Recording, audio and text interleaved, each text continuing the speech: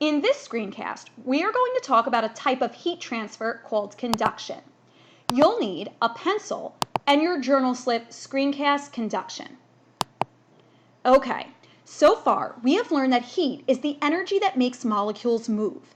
Molecules with more heat energy move faster, and molecules with less heat energy move slower. We also learned that as molecules heat up and move faster, they spread apart, and objects expand or get bigger. This is called thermal expansion. Can you tell which of these two samples is warmer and which one is cooler? Pause this screencast and answer this on your journal slip now. You got it. The first sample is cooler. You can tell because the molecules are moving slower and they're spaced closer together. But in the second sample, the molecules are moving faster and they're spaced farther apart. Now, heat is always moving. If you have two objects or substances that are different temperatures, heat will move out of the warmer object and into the cooler one. This heat transfer will continue until the objects are at the same temperature. So how will the thermometers read in this picture after heat has been transferring for a while? Pause this screencast and answer this on your journal slip now. Exactly. The thermometers will read the same temperature. This is what we call equilibrium. So what exactly is conduction? Conduction is how heat travels between objects that are touching. Conduction is going to happen fastest through solids, but liquids and gases can also conduct heat. Pause this screencast and write this down on your journal slip under number 3. You've definitely experienced conduction. Think about the last time you went to the beach. Sometimes when you walk on that sand, your feet feel like they're burning. Heat energy is being transferred from the hot sand to your feet.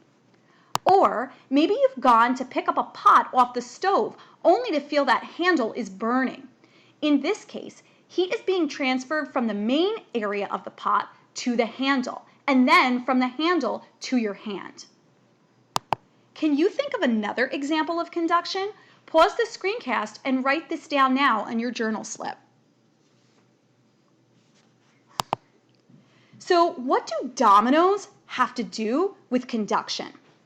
Think of a row of dominoes that are all lined up.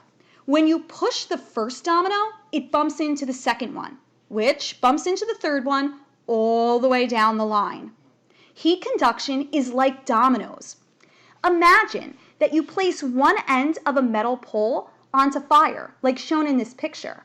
The molecules on the fire end start to get hot, shown in red. Then each molecule will pass the heat along and to the next one and to the next one, and before you know it, the heat has traveled all the way along the metal pole until it reaches your hand. Now, some materials are just better conductors than others. That's because some materials can pass heat more easily. Metals, for example, are great conductors. That's why metal objects get hot so easily. But plastic and wood are really poor conductors. They will start to get hot, but it takes a lot longer for them to pass the heat from molecule to molecule. Take a moment on your journal slip and list these examples that are good conductors and list the ones that are poor conductors.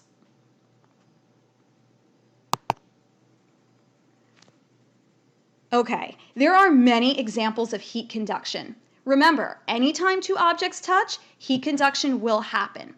Like, touching a hot iron is an example of conduction. The heat passes out of the iron and into your hand. Come to think of it, so is holding an ice cube. The heat is conducted out of your hand and into the ice cube. That's why your hand feels cold. Look at this picture here. Cooking food on a hot stove is an example of conduction happening twice. The heat from the burner passes into this metal pan, and then the heat from the metal pan passes to the food, heating it up. So, do you think conduction is happening in our phenomenon with our two heating systems? Take a moment to pause this screencast and think about that now. So in this phenomenon, yes, conduction is happening. First, hot water is heating up in the tank, and that hot water conducts the heat to metal pipes in both the water heater system and the groundwater system. And then, as the hot pipes they conduct heat to the surrounding air. So conduction is important and happening in this phenomenon. Take a moment to write these on your journal slip. Okay, that's all for now. We're going to talk about 2 other types of heat transfer in later screencasts.